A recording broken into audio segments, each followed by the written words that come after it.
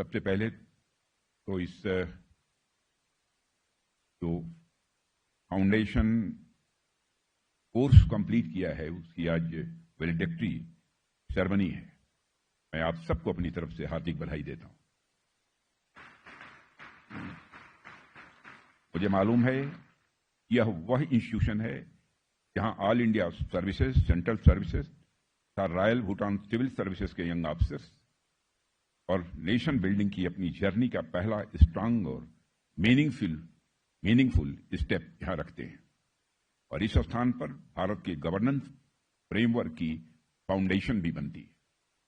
मैं मानता हूं कि फाउंडेशन कोर्स सिर्फ एक ट्रेनिंग मॉड्यूल नहीं है, यह एक कमिटमेंट है, a commitment to build a governance system that is efficient, capable, and truly sensitive to the needs of the common people.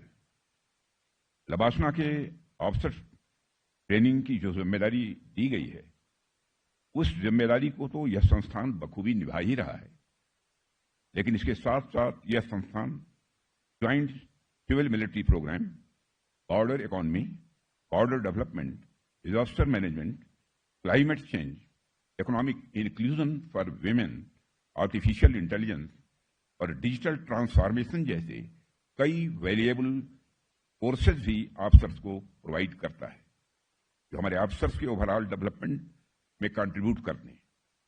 और यह सारी चीजें मैं मानता हूं कि लवासना को एक कंप्लीट इंस्टीट्यूशन बनाती है, जिससे इस इंस्टीट्यूशन का महत्व स्वाभाविक रूप से और बढ़ जाता है। आज की वैलेडिक्टरी सेरेमनी लवासना की उसी कमिटमेंट को मैं मानता हूं कि सिंबलाइज करती है। मैं आप सभी को रिमार्केबल माइलस्टोन के लिए हार्दिक बधाई देता हूं। डियर ऑफिसर ट्रेनीज, आज से आपकी प्रोफेशनल जर्नी एक नया डायमेंशन लेगी। देश को आपसे बहुत उम्मीदें हैं, इसलिए आपका उद्देश्य स्पष्ट होना चाहिए। Serve with integrity, lead with humility और डिलीवर विद एक्सेलेंस। और साथियों, मैं कहना चाहूंगा कि यह सब करते हुए ईगोलेस होना चाहिए। अहंकार मन में किसी भी तरह का नहीं होना चाहिए। और मैं मानता हूं कि जिसके भी मन में अहंकार पैदा हुआ, उसकी वैल्यू अपने आप कम हो जाती है लोगों की नजरों में। किसी भी अहंकारी व्यक्ति के प्रति, किसी इगोइस्ट व्यक्ति के प्रति कॉमन मासेज में जो रिस्पेक्ट होनी चाहिए वो रिस्पेक्ट नहीं रहती। अब जैसे अहंकार के ह के ऊपर लगा हुआ यह पॉइंट है, जिस इंडिविजुअल के पहले यह लग जाएगा, यदि नंबर 1 के पहले यह पॉइंट लगा दीजिए तो नंबर 1 की वैल्यू 1 नहीं रह जाती है, वो 1/10 हो जाती है। क्यों ही आपके अंदर अहंकार पैदा हुआ, स्वाभाविक रूप से आपकी वैल्यू, आपकी कीमत लोगों की नजरों में वो कम हो जाएगी। लेकिन यदि अहंकार शून्य हो गया, आपके मन में किसी भी प्रकार का अहंकार किसी भी सूरत में पैदा नहीं होता, तो आप ये देखिए, individual is equal to 1 is divided by 0। यदि अहंकार 0 हो गया तो 1/0 इज इक्वल टू इन्फिनिटी।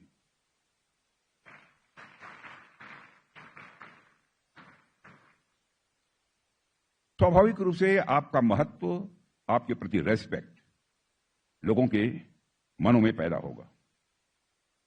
आप सभी ने one of the toughest examinations को सक्सेसफुली पास किया है और मैं मानता हूं कि यह अचीवमेंट एक बात को बिल्कुल स्पष्ट करता है कि आप सभी में कमिटमेंट है, डिसिप्लिन है, डेडिकेशन है और साथ ही साथ असाधारण काम करने की आप सबके अंदर क्षमता है।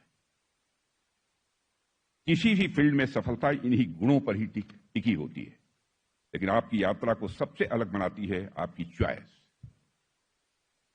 इतनी टैलेंट और क्षमता यानी कैपेबिलिटी के साथ आप किसी भी ल्यूक्रेटिव और हाई पेइंग कैरियर में जा सकते थे, फिर भी आपने सिविल सर्विसेज को ही चुना है।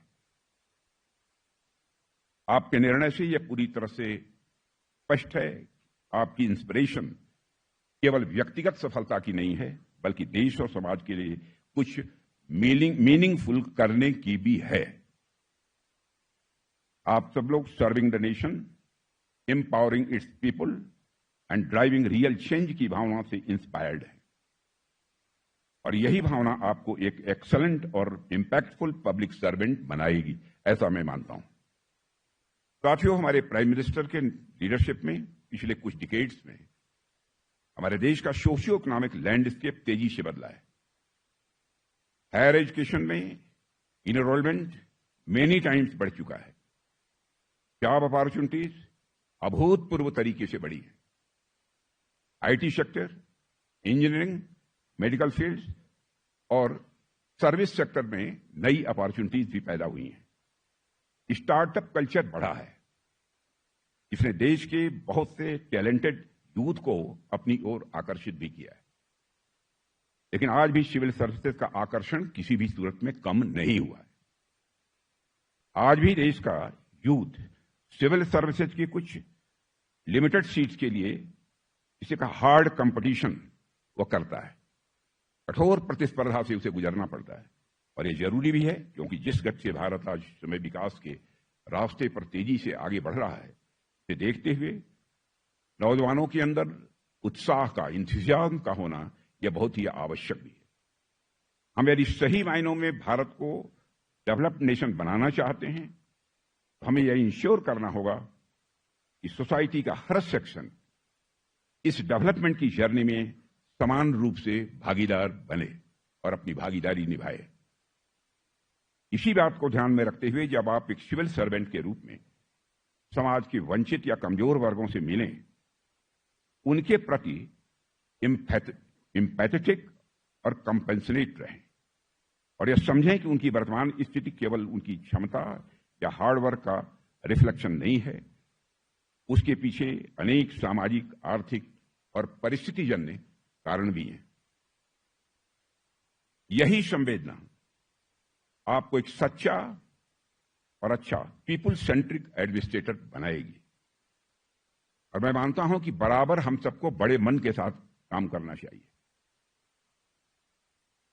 मेरा यह भी मानना है कि छोटे मन से कोई बड़ा नहीं होता और टूटे मन से कोई खड़ा नहीं होता। हमारे अटल बिहारी वाजपेयी जी बार बार इस चीज को दोहराते थे। छोटे मन से कोई बड़ा नहीं होता, टूटे मन से कोई खड़ा नहीं होता। यह बात हम सबको भी बराबर ध्यान में रखनी चाहिए।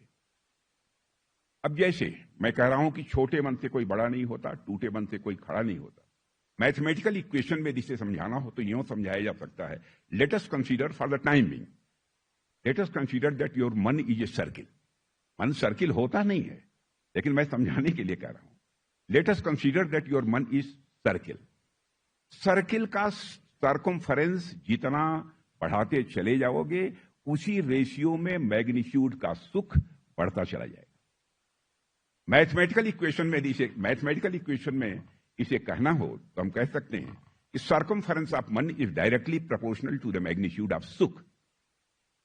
सर्कमफरेंस ऑफ मन is directly proportional to the magnitude of आनंद।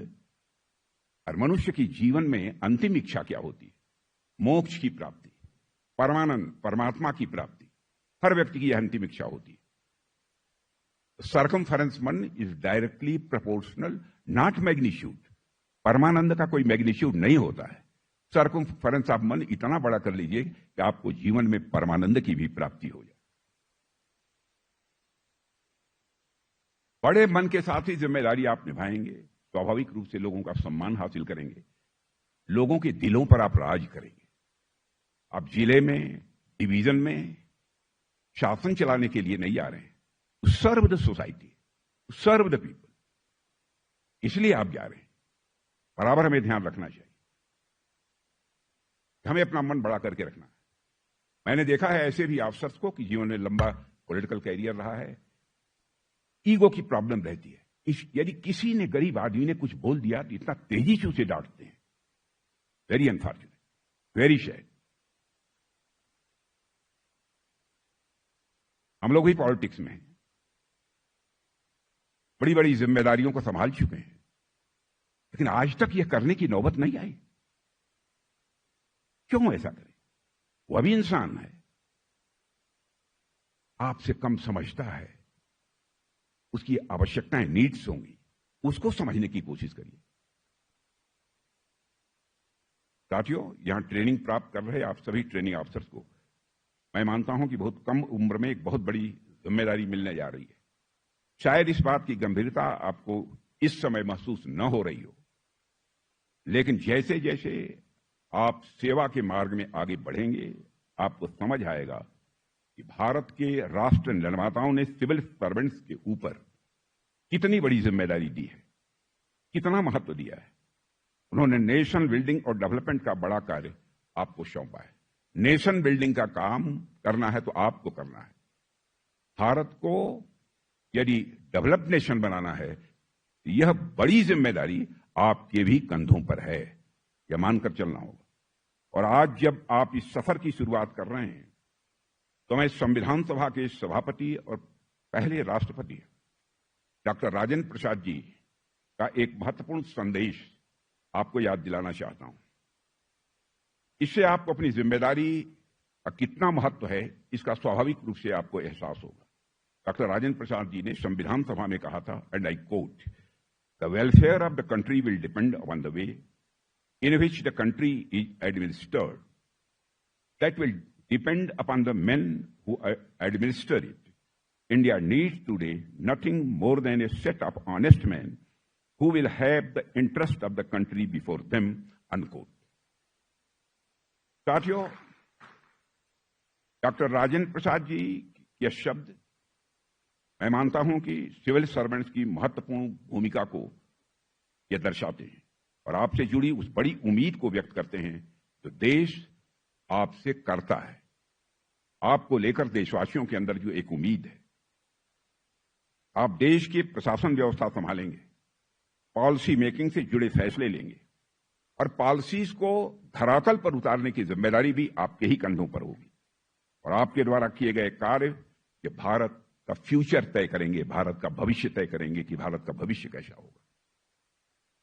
केवल हमारे डिसीजन ले लेने से ही भारत का भविष्य नहीं बनेगा।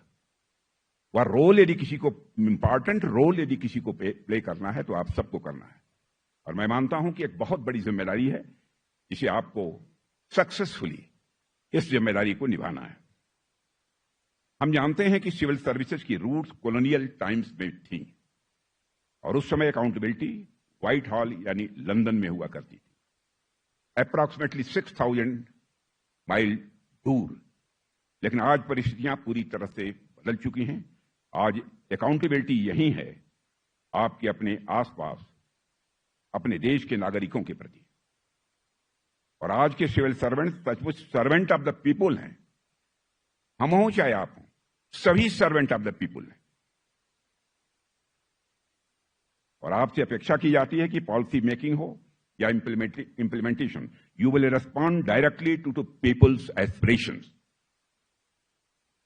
और आप लोगों की इमीडिएट जो नीड्स है, जो आवश्यकताएं हैं, उनको भी समझेंगे और उनकी लॉन्ग टर्म होप्स को भी समझने की आप कोशिश करेंगे, ऐसा मैं मानता हूं। You should work with this sense of responsibility and the public accountability. और यही भावना आपको एक कैपेबल, सेंसिटिव और इफेक्टिव पब्लिक सर्वेंट बनाएगी। यही भावना आपको एक कैपेबल, इफेक्टिव और सेंसिटिव पब्लिक सर्वेंट बनाएगी। डियर ऑफिसर ट्रेनीज, देश इस समय विकास के पथ पर तेजी के साथ आगे बढ़ रहा है। इस सच्चाई को मैं ही नहीं बल्कि दुनिया के दूसरे देशों में जाता हूं, वहां के लोग भी स्वीकार करते हैं। अब जैसे देश की इकोनॉमी का जहां तक सवाल है, 2014 में जो हमारी गवर्नमेंट बनी थी, इकोनॉमी की साइज के मामले में हमारा भारत दुनिया के देशों में 11वें स्थान पर खड़ा था। लेकिन पिछले 9-10 वर्षों के अंदर ही जो भारत इकोनॉमी की साइज के मामले में दुनिया के देशों में 11वें स्थान पर खड़ा था, आज वह जंप लेकर दुनिया के देशों में 4थे स्थान पर आकर खड़ा हो गया है। मॉर्गन स्टैनले जैसी हाईली रिप्यूटेड फाइनेंशियल फर्म भी अब यह दावा कर रही है कि शायद 1 साल, 1.5 साल, मैक्सिमम 2 साल के अंदर हमारा यह भारत इकोनॉमी की साइज के मामले में दुनिया के देशों में 3रे स्थान पर आकर खड़ा हो जाएगा। ऐसे में जब आप नौजवानों को, खासकर मैं बैठी हुई इन बेटियों को भी देखता हूं, और आगे बढ़ते हुए देखता हूं तो मित्रों, मुझे बेहद खुशी होती है। और मैं जानता हूं कि हमारी ये बेटियां आज हर जगह अपना परचम लहरा रही हैं। और इस वर्ष के सिविल सर्विसेज एग्जामिनेशन का परिणाम भी इसी बात का एक सशक्त प्रमाण है, जिसमें टॉप रैंक एक महिला ने ही हासिल किया है।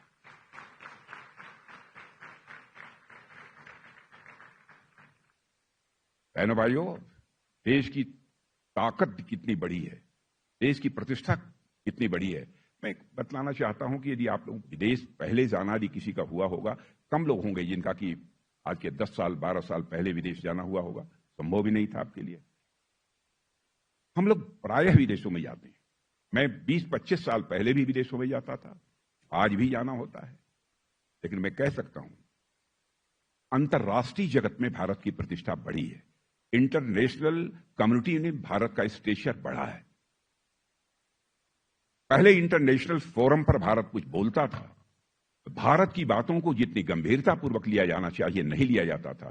लेकिन आज इंटरनेशनल फोरम पर भारत कुछ बोलता है तो दुनिया कान खोलकर सुनती है भारत बोल क्या रहा है। यह भारत की एक हैसियत बनी है। मुझे प्रसन्नता है कि टॉप 5 कैंडिडेट्स में इस बार 3 महिलाएं ने सक्सेस हासिल की है। टॉप 25 कैंडिडेट्स में 11 महिलाएं थी। और इस ट्रेंड को देखकर मुझे पूरा विश्वास है, जल्द ही सिविल सर्विसेज में महिलाओं की भागीदारी आप सबके बराबर हो जाएगी, पुरुषों के बराबर हो जाएगी। और 2047 तक जब हमारा विकसित भारत का लक्ष्य साकार होगा साथियों, तब हमारा विकसित भारत का जब लक्ष्य साकार होगा, तब एक भारत में कई महिलाएं कैबिनेट सेक्रेटरी भी बन चुकी होंगी। लेकिन कैबिनेट सेक्रेटरी बनने का आपका स्कोप कम नहीं होगा, चिंता मत करिएगा। और ये सारी चीजें ये बताती हैं कि हमारी नारी शक्ति भी इस देश की विकास यात्रा में अपना कंट्रीब्यूशन देने के लिए तैयार है। और मौका मिलने पर कोई ऐसा पद नहीं है जिसे वह हासिल न कर सके। और भारत में उस समय हुआ करती थी, तब ये न ही इंडियन थी, न ही सिविल थी, न ही इनमें सर्विसेज की भावना थी। ऑफिसर्स को ब्यूरोक्रेट कहा जाता था, नौकरशाह कहा जाता था, और जो इंपीरियल मास्टर के लिए काम करते थे। ब्यूरोक्रेट सुनते ही लोगों के मन में आता है फाइल्स, रेड टेपिज्म, और एक ऐसा व्यक्ति जो नियम का बहाना बनाकर कामों को टालता है। जनरल परसेप्शन, क्षमा कीजिएगा। लेकिन आज सिविल सर्विसेज का अर्थ बदल चुका है। मैं आज आपसे कहता हूं कि आप ब्यूरोक्रेट नहीं हैं, आप नौकरशाह नहीं हैं, आप लोक सेवक हैं, आप पब्लिक सर्वेंट हैं, जैसे हम पब्लिक सर्वेंट हैं। और आज आप भारत के नागरिकों के लिए काम करते हैं। आपके हर कार्य से करोड़ों जीवन जुड़े हुए हैं, करोड़ों सपने जुड़े हुए हैं। आपके का कार्य देश का भविष्य निर्धारित करते हैं, लोगों के जीवन की दिशा निर्धारित करते हैं।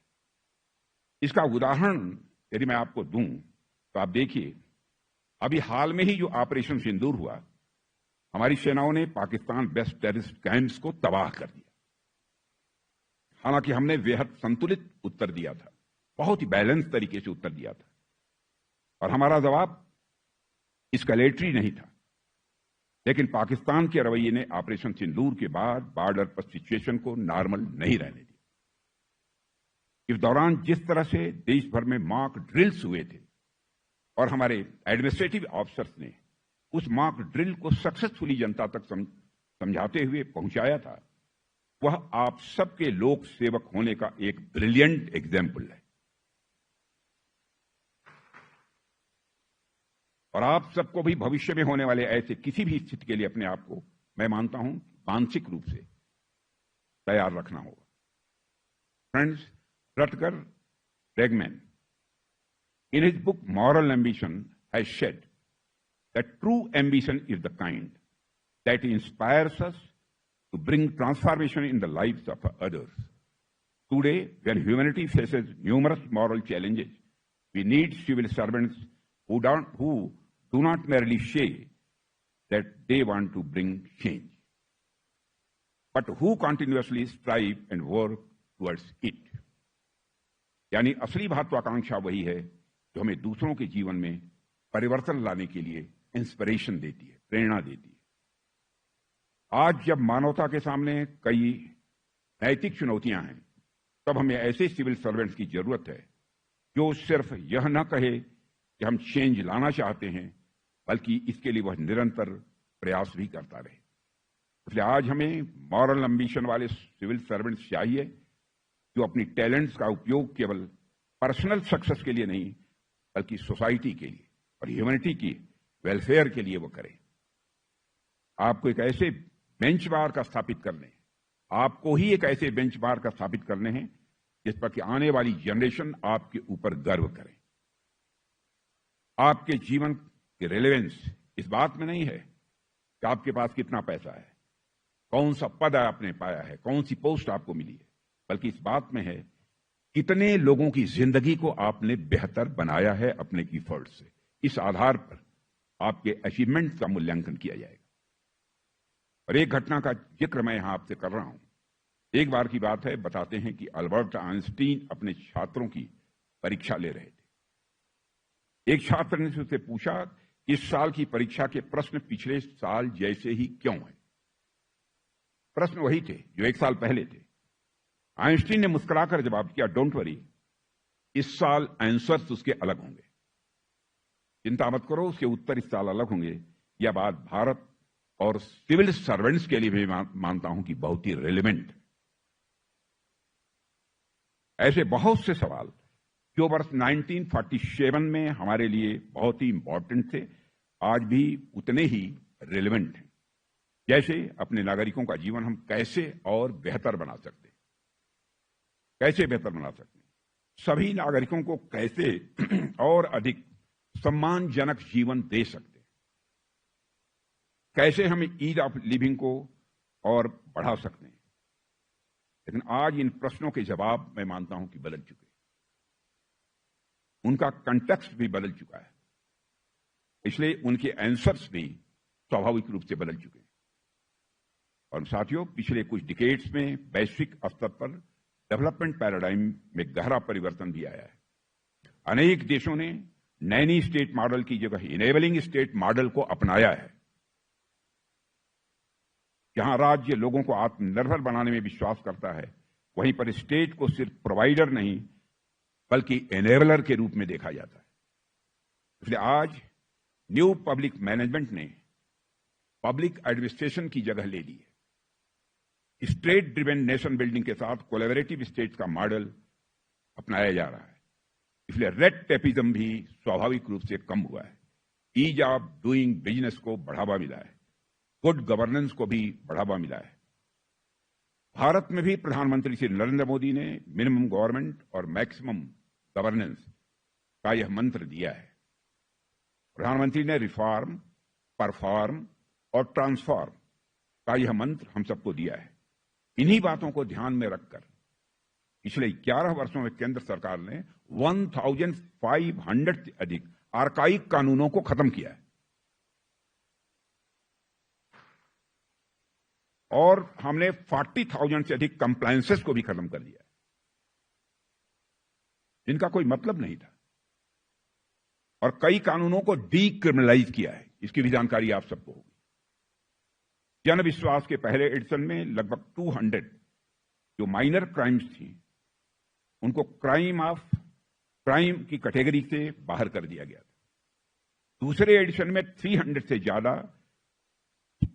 ज्यादा जो छोटे माइनर जो क्राइम्स थी, उनको क्राइम की कैटेगरी से बाहर कर दिया गया। छोटी छोटी चीजों में उठाकर जेल के अंदर बंद कर दिया, इसका कोई औचित्य नहीं था। और साथियों, हमने गुलामी की मानसिकता को समाप्त करने के लिए भारतीय न्याय संहिता, भारतीय नागरिक सुरक्षा संहिता और भारतीय साक्ष्य अधिनियम को भी पारित किया है। ये सभी रिफॉर्म्स आज आत्मनिर्भर और विकसित भारत की यात्रा को गति दे रहे हैं। और इस नए परिप्रेक्ष्य में आपकी भूमिका भी स्वाभाविक रूप से बदल रही है। आप प्लेटोनिक गार्जियंस नहीं हैं, बल्कि आप पीपल सर्वेंट्स हैं। Now you are not just providers but facilitators of empowerment. और साथियों, आप लोग पॉलिटिकल विल को धरातल पर उतारने का भी काम करते हैं। मुझे याद है कि जब मैं उत्तर प्रदेश का शिक्षा मंत्री था, उस समय उत्तर प्रदेश में मास कापिंग होती थी। मैं शिक्षा मंत्री नया बना था, एज भी बहुत कम थी। मेरे मन में जब पहले लोगों को नकल करते हुए मैं देखता था तो मुझे लगता था यदि मुझे कभी एजुकेशन में मिनिस्टर बन जाऊं तो सबको मैं रास्ते पर ला दूंगा। शिक्षा मंत्री बनने के साथ ही कल्याण सिंह जी उस समय चीफ मिनिस्टर थे उत्तर प्रदेश के, एजुकेशन मिनिस्टर था। शिक्षा मंत्री बनने के साथ ही मिस्टर करनैल सिंह जी, अभी हाल में ही डेथ हुई है उनकी, हमारे वो प्रिंसिपल सेक्रेटरी हुआ करते। मैंने उनसे कहा कि मैं एंटी कॉपिंग ऑर्डिनेंस लाना चाहता हूं, मैं नकल करने की किसी को इजाजत नहीं दूंगा। तो उन्होंने कहा, मुझे बतलाया कि साहब इसका बहुत जबरदस्त विरोध होगा उत्तर प्रदेश के अंदर। मुझे आश्चर्य हुआ, सचमुच हुआ। 2 बार वह कैबिनेट का प्रपोजल लेकर मैं कैबिनेट में गया, दोनों बार सभी ने इसका विरोध किया और कैबिनेट में हमारा प्रपोजल पास नहीं हो पाया। अब एक दिन हमारे मुख्यमंत्री जी बैठे थे, मुख्यमंत्री जी के पास में पहुंच गया। मैंने कहा कि वो काम कर रहे थे, फाइल्स रखी हुई थी। मैंने कहा कि मुख्यमंत्री जी, मैं चाहता हूं कि ये हमारा ऑर्डिनेंस का जो प्रपोजल है ये कैबिनेट में पास हो। तो उन्होंने मेरी तरफ देखा, आयु में हमसे 18 साल 20 साल बड़े थे। उन्होंने कहा चलिए चलिए। मैं मंत्री था, मैं चला आया। लेकिन उसके बाद जब कैबिनेट की बैठक हुई तो उन्होंने प्रपोजल बीच से निकाला और पूरी कैबिनेट के सामने रखते हुए कहा था कि हमारे शिक्षा मंत्री की जिद है, इसलिए इसको पास माना जाए।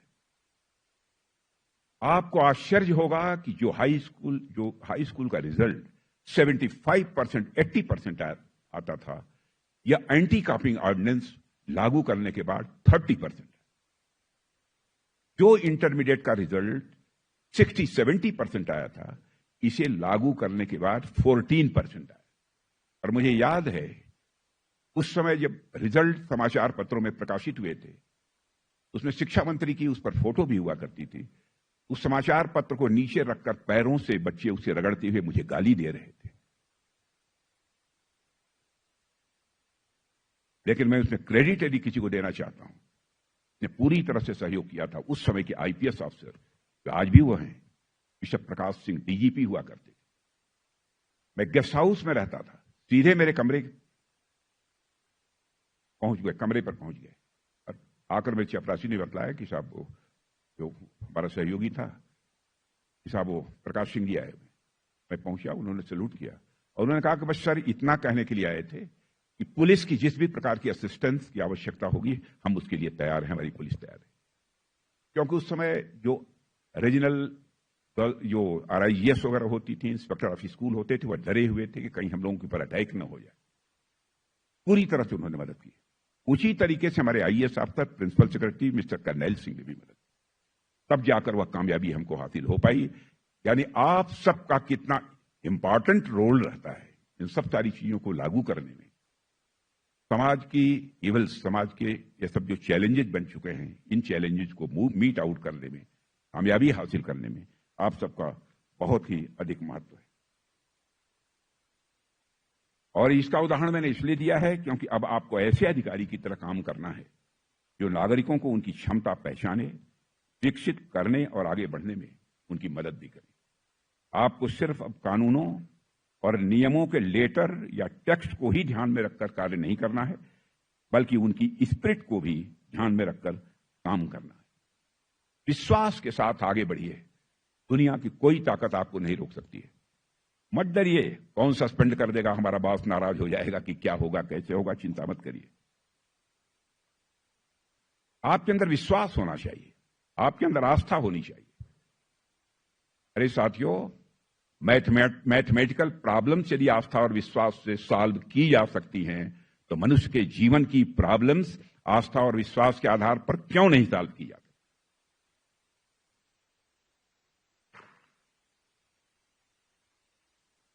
अब जैसे मैं एक प्रश्न आपसे पूछूं किसी व्यक्ति के पास इतना पैसा था, उसने उसका आधा ए को दे दिया, 1/3 बी को दे दिया, जो रेस्ट अमाउंट बचा था 100 पैसा वो सी को दे दिया। बताइए टोटल अमाउंट कितना था? कोई बतला सकता है? एक व्यक्ति के पास इतना पैसा था, उसका आधा मैंने 50% मिस्टर ए को दे दिया, 1/3 मिस्टर बी को दे दिया, दूसरे को दे दिया, और रेस्ट अमाउंट पैसा जो बचा था, रेस्ट अमाउंट जो था 100 रुपया।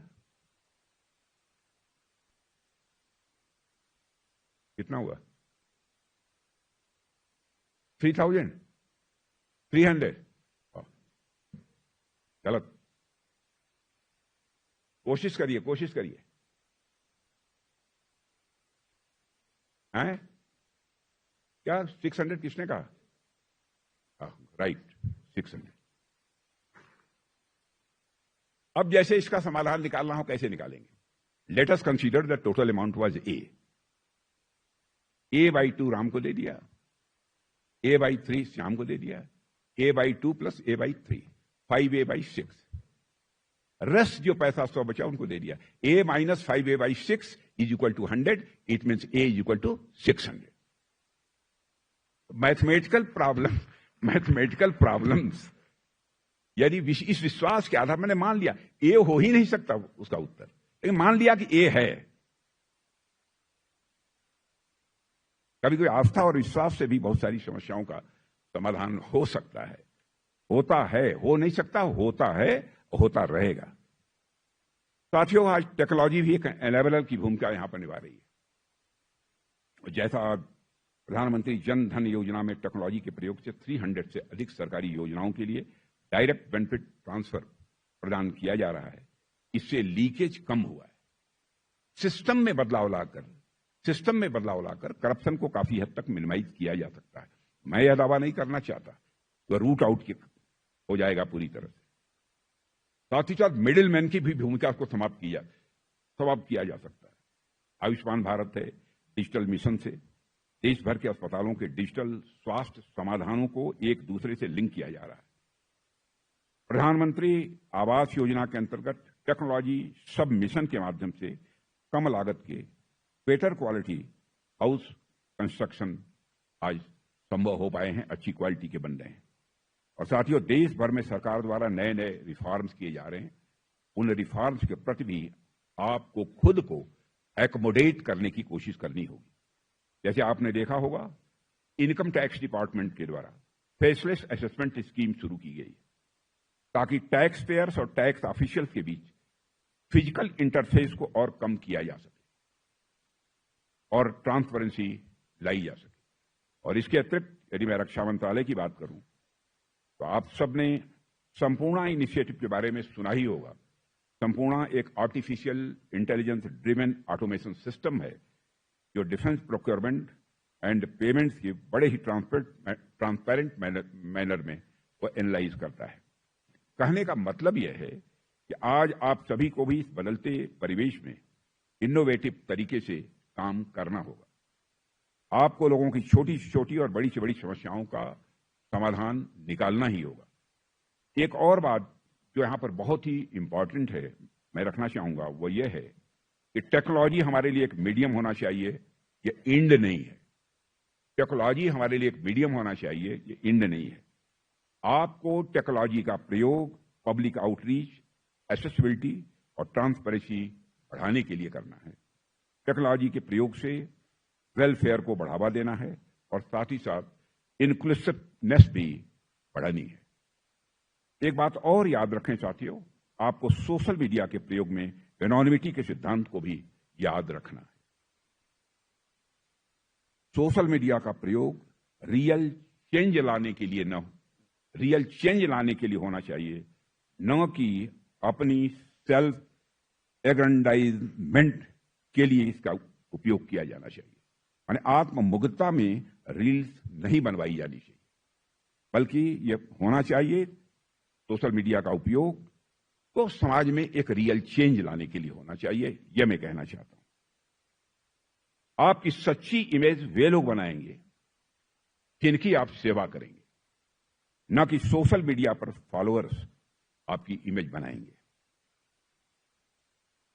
सोशल मीडिया आज पब्लिसिटी का एक बहुत बड़ा माध्यम बन गया है, लेकिन सच्चाई है इसका असर बहुत थोड़े समय तक रहता है। लेकिन लोगों के दिलों में यदि जगह बनानी है, इससे अपने को बाहर करिए, यह मैं आप सबसे आग्रह करना चाहता हूं। डियर ऑफिसर ट्रेनीज, 21 अप्रैल 1947 को सिविल सर्विसेज के पहले बैच को संबोधित करते हुए सरदार पटेल जी ने भी जो बात कही थी, उसे आपको हमेशा याद रखना है। हम इस बार सरदार पटेल की 150th जयंती मना रहे हैं और आज भी उनके द्वारा कही गई बातें हमारे लिए पूरी तरह से रिलेवेंट हैं। जैसी रिलेवेंट उस समय थी वैसी रिलेवेंट आज भी है। उन्होंने कहा था कि it will be your bounden duty to treat the common man in India as your own, और to put it correctly, to feel yourself to be one of them and amongst them, and you will have to learn not to despise or to disregard them. In other words, you will have to adapt yourself to democratic ways of administration. और उन्होंने यह भी कहा था, above all, I would advise you to maintain the utmost impartiality and incorruptibility of administration. No service worth a name can claim to exist if it does not have in view the achievement of the highest standard of integrity. इसलिए मैंने कहा हम सबको इस अकादमी का जो मोटो है, शीलम परम भूषणम, उसको चरितार्थ करना होगा। अक्सर ऐसा माना जाता है कि पावर करप्ट, लेकिन मैं मानता हूं पावर करप्ट ओनली वीक। हम लोग भी हैं, लंबे समय से मैं पावर में हूं, क्यों नहीं कोई करप्ट बना देता है? 40-45 साल का पॉलिटिकल करियर है, क्यों नहीं कोई आरोप लगा देता? क्यों नहीं हो सकता? लेकिन जो कमजोर लोग होते हैं उन्हीं को यह पावर करप्ट करता है। The strong use power to do good for others. The strong use power to do good for others.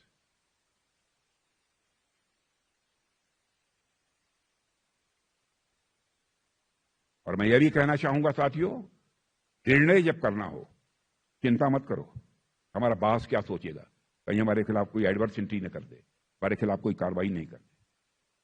सबसे ऊपर कोई ना कोई एक सुपर पावर है, उसे मत भूलना। कोई ना कोई सुपर पावर है जो पूरे होल यूनिवर्स को ऑपरेट कर रहा है। और मैं वही बातें कह रहा हूं जिसे कि मैंने अपनी जिंदगी में मैंने अपनाया है।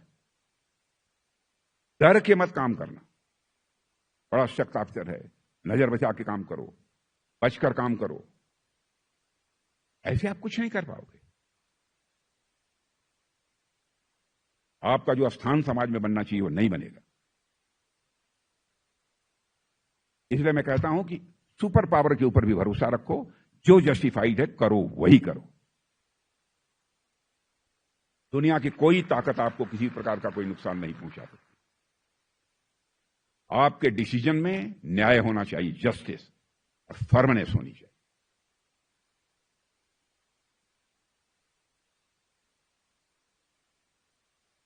देश की बागडोर आपके हाथ में है और हमारे प्राइम मिनिस्टर के लीडरशिप में हमने बस 2047 तक विकसित भारत बनाने का लक्ष्य रखा है और साथ ही साथ इसे सेल्फ रिलायंट बनाने का भी लक्ष्य रखा है। और हमने एक ऐसे भारत बनाने का लक्ष्य रखा है जिसमें विकास का लाभ सभी क्षेत्रों और नागरिकों और खासकर हमारे युवाओं, महिलाओं, किसानों, OBC, schedule caste, schedule tribes तक और भी पहुंचे। और इस लक्ष्य की प्राप्ति के लिए आप एक महत्वपूर्ण भूमिका निभाएंगे। इसलिए आवश्यक है कि आप स्वयं को लोगों के सेवक के रूप में देखें। आपका कैरेक्टर इनकरप्टेबल हो, आपका आचरण इंटीग्रिटी से परिपूर्ण हो। आपको ऐसा कल्चर बनाना है जो ईमानदारी न एक गुण हो, न ही अपवाद, बल्कि आम जीवन की सामान्य सी बात हो। आपके जीवन में बहुत से ऐसे क्षण आएंगे साथियों जब आपको बहुत प्रलोभन दिए जाएंगे। होता है ऐसा पॉलिटिक्स में, आपको गलत लेकिन आसान या मुश्किल लेकिन नैतिक रास्ते के बीच चुनाव आपको ही करना होगा। लेकिन यदि आपने इंटीग्रिटी से समझौता कर लिया तो आप मानकर चलिए आपका जीवन निरर्थक है। बहुत लोगों को देखिए, जाकर उनकी फैमिलीज को, जिन लोगों ने गलत तरीके से पैसा कमाया है, आपको लग जाएगा पता इसका क्या दुष्परिणाम होता है। और आपको याद रखना है कि आपकी ट्रेनिंग जिस एकेडमी में हुई है उसका नाम लाल बहादुर शास्त्री जी के नाम पर है। उनका पूरा जीवन हमें हर समस्या में, हर दुविधा में, हर परिस्थिति में नैतिक रास्ते का चयन करना यह सिखाता है, चाहे वह कितनी मुश्किलों से भरा हुआ क्यों न हो। और साथियों, शांत और सरल दिखने वाले शास्त्री जी के भीतर अद्भुत साहस और अटूट संकल्प था। डोमिनेट करने में नहीं, खामोशी से बड़े बदलाव लाने में होती है सच्ची शक्ति। उन्होंने यह साबित किया था, सच्ची शक्ति किसी को डोमिनेट करने में नहीं बल्कि खामोशी से बड़े बदलाव लाने में होती है। यह हम लाल बहादुर शास्त्री जी के जीवन चरित्र से समझ सकते हैं। देश के विकास के लिए कार्य करने में यह होती है। और उन्होंने ग्रीन रिवॉल्यूशन को बढ़ावा दिया था लाल बहादुर शास्त्री जी ने, और भारत को आत्मनिर्भरता की लाल बहादुर शास्त्री जी ने राह भी दिखाई। और जब जरूरत पड़ी 1965 के वार में उन्होंने दृढ़ता और साहस के साथ दिखाया कि सादगी कमजोरी नहीं बल्कि यह ताकत है। सादगी या कमजोरी नहीं बल्कि यह ताकत है। उन्होंने जय जवान जय किसान का नारा दिया और दुनिया को दिखलाया, भारत एक वक्त का अपना भोजन छोड़ सकता है लेकिन अपनी स्वतंत्रता और संप्रभुता से किसी भी सूरत में समझौता नहीं करेगा।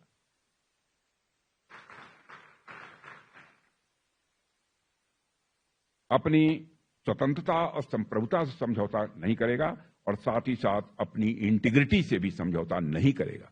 हम यह लाल बहादुर शास्त्री जी के जीवन से यह संदेश ले सकते हैं। सिर्फ 19 महीने के कार्यकाल में, 19 मंथ का उनका कार्यकाल था, शास्त्री जी ने सादगी, ईमानदारी, साहस और जन सेवा का जो आदर्श स्थापित किया वह आपके जीवन की कसौटी होनी चाहिए। और मित्रों, एक बात और मैं कहना चाहता हूं चलते चलते, जीवन में जो कुछ भी आप करना चाहते हैं तो कोई भी व्यक्ति करना चाहता है और किस लिए करता है? सुख की प्राप्ति के लिए करता है, क्योंकि इसके अलावा भी कुछ है। ऊपर के बैठे हुए हमारे ट्रेनिज बता सकते हैं, इसके अलावा भी कुछ है। व्यक्ति जीवन में जो कुछ भी करता है उसको चाहता है सुख प्राप्त हो, आनंद प्राप्त हो। और कुछ लोग ऐसे स्पिरिचुअल होते हैं, कहते हैं कि साहब हम तो जीवन में यह काम इसलिए कर रहे हैं ताकि हमको परमानंद की प्राप्ति हो, परमात्मा की प्राप्ति हो, सुपर पावर तक वो पहुंचना चाहते हैं। होता है ना? मनुष्य, ध्यान रखिएगा, 4 चीजों को मिलाकर बना हुआ है। वैसे तो आर्गन्स की चर्चा यदि मैं करना शुरू करूंगा तो लाखों होंगे, करोड़ों होंगे। मनुष्य के पास शरीर है, मन है, बुद्धि है और एक आत्मा है। अब कोई कहेगा आत्मा होती कहां है, तो मैं आत्मा बतलाता हूं कहां होती है। जैसे कोई छोटा बच्चा घर में 6 महीने का, 8 महीने का, 10 महीने का, साल का, 1.5 साल का, 2 साल का, कोई मां उस बच्चे को घर में छोड़कर 10 दिन के लिए बाहर चला जाए और जब वह मां घर में वापस लौटती है, वो छोटा बच्चा घुटनों के बल पर चलता हुआ मम्मी मम्मी मम्मी, मां मां कहकर जब मां की ओर दौड़ता है, तो मां जिस समय बच्चे को जमीन से उठाकर अपने सीने से लगाती है, उस समय उसको शरीर का सुख नहीं मिलता है, वो मन का सुख नहीं होता है, वो बुद्धि का सुख नहीं होता है, वही आत्मा का सुख होता है। इसे ही हम आत्मिक सुख कहते हैं। यही आत्मिक सुख है। शरीर का सुख माने इंद्रियों का सुख, खाने के लिए अच्छे अच्छे सामान मिल जाएं, कपड़े पहनने के लिए अच्छे अच्छे मिल जाएं, चलने के लिए व्हीकल्स बड़ी बड़ी मिल जाएं, ये सब ये सुख है जो शरीर से संबंधित। मन का सुख, मन का सबसे बड़ा सुख यह होता है मान सम्मान। आप सब, कोई करोड़ों रुपया लाके हमारे सामने, आपके सामने रख दे और कहे करोड़ों रुपया ले लीजिए, मैं समझता हूं कि आप स्वाभिमानी हैं, तो आप उसे स्वीकार नहीं करेंगे। अस्वीकार नहीं करेंगे तो आपके मन को जो सुख प्राप्त होगा वो शरीर का सुख नहीं होगा, वो बुद्धि का सुख नहीं होगा, वो मन का सुख होगा। शरीर का सुख, शरीर के सुख के लिए यानी तन के सुख के लिए कुछ पैसे की न्यूनतम जो आपकी मिनिमम रिक्वायरमेंट्स हैं उनको पूरा करने के लिए धन की आवश्यकता होती है, पैसे की आवश्यकता होती है। तो शरीर के सुख के लिए, तन के सुख के लिए तो धन धान चाहिए, पैसे चाहिए। मन के सुख के लिए मान सम्मान चाहिए, बुद्धि है, बुद्धि का भी अपना सुख होता है। आर्किमिडीज जिस समय जिस प्रिंसिपल की तलाश कर रहे थे और पानी के टब में बैठे थे, जब वो बाहर निकले तब उनको मिल गया। उस समय क्या कहा था उन्होंने? यूरेका यूरेका, यह बोलते हुए जब बाहर वो निकले थे तो उस समय आर्किमिडीज को शरीर का सुख नहीं मिला था, वह मन का सुख नहीं था, वो बुद्धि का सुख था जिसकी वह तलाश कर रहे थे। जिस चीज की वह खोज कर रहे थे वो उनको मिल गया था, बुद्धि का सुख। तो तन के सुख के लिए धन धान चाहिए, मन के सुख के लिए मान सम्मान चाहिए, बुद्धि के सुख के लिए ज्ञान चाहिए और आत्मा के सुख के लिए भगवान चाहिए, super power. B spiritual in your life, B spiritual in your life. भौतिकवादी जीवन में बनकर सुख की प्राप्ति नहीं की जा सकती। है सुपर पावर जो कोई सारे पूरे यूनिवर्स को चला रहा है। बहुत सारे सो कॉल्ड प्रोग्रेसिव्स हैं जो उन सब सारी चीजों को नहीं मानते हैं। और मैं तो एक नेता का भी नाम बताना चाहता हूं जो बहुत बड़े ओहदे पर रहते थे, नहीं मानते थे, लेकिन अपने जीवन के अंतिम क्षणों में उन्होंने स्वीकार किया है और वह है पुस्तकों में, लेकिन मैं उनका नाम यहां कोट नहीं करना चाहता। यही मैं आप सबसे आग्रह करना चाहता हूं। और साथियों, सिर्फ 19 महीने के कार्यकाल में शास्त्री जी ने सादगी, ईमानदारी, साहस और जनसेवा का जो आदर्श स्थापित किया है, मैं समझता हूं कि वह आपके जीवन की कसौटी होनी चाहिए। और साथियों, इस वर्ष यूनियन पब्लिक सर्विस कमीशन अपने 100वें वर्ष में 100th ईयर में प्रवेश कर चुकी है। और 100 वर्ष किसी भी कमीशन के लिए एक बहुत लंबी और गौरवशाली यात्रा होती है। और यूपीएससी की इस जर्नी ने भारत को गढ़ा है, भारत को गढ़ा है, बनाया है। और उस क्राफ्टिंग में लवासना एक स्ट्रांग हेल्पिंग हैंड के रूप में दिखा है, मैं ये कह सकता हूं। और मैं समझता हूं कि यूपीएससी और लवासना का जो यह संगम है, यूपीएससी और लवासना का जो यह संगम है, यह निश्चित रूप से आपस में मिलकर देश के भविष्य को यह और अधिक मजबूत करेगा। और बातें बहुत सारी हैं। कैरेक्टर बिल्डिंग के बारे में वैसे आप बहुत लोग भाषण देते हैं, मैं जरूर इसके संबंध में कहना चाहूं। कैरेक्टर का मतलब ईमानदारी से काम न करना, झूठ बोलना, यह सब सारी चीजें आती हैं। बराबर जीवन में ध्यान रखिएगा, मनुष्य का चरित्र उसकी सबसे बड़ी पूंजी होती है, सबसे बड़ी पूंजी होती है। एक बार मैं एक उदाहरण देना चाहता हूं, उदाहरण कई हैं लेकिन एक उदाहरण देना चाहता हूं। एक बार स्वामी विवेकानंद किसी धर्म संसद में भाग लेने के लिए दुनिया किसी देश में गए थे। कोई बहुत बड़ा देश नहीं था, मैं उसका नाम इस समय भूल रहा हूं। जिस तरीके से हमारे यहां जो संत और सन्यासी जो ड्रेस पहनते हैं, ढीला ढाला होता है, गेरुआ होता है, वो पहनकर गए थे। बाद में विलंब से पहुंचे थे, लोग बैठे थे, पीछे वह भी बैठ गए। कुछ लोग वहां पर सूटेड बूटेड जो लोग भी बैठे थे, वेल ड्रेस्ड जो लोग बैठे थे, वह देखकर स्वामी विवेकानंद को थोड़ा सा मुस्कुराने लगे। तो स्वामी विवेकानंद समझ गए कि हमारे ड्रेस को देखकर ये मुस्कुरा रहे हैं। तो स्वामी विवेकानंद जब भाषण देने के लिए खड़े हुए, उन्होंने कहा था, in your country tailor makes the man, but in our country character makes the man. Character की अहमियत को हम समझें, यह मैं आप सबसे आग्रह करना चाहता हूं। और अंत में डायरेक्टर लवासना और उनकी पूरी टीम समेत आप सभी को एक बार फिर 100th कॉमन फाउंडेशन कोर्स की सफलतापूर्वक समाप्ति पर हार्दिक बधाई देता हूं और आपके गोल्डन फ्यूचर, सुनहरे भविष्य की कामना करते हुए यहीं पर अपना निवेदन समाप्त करता हूं।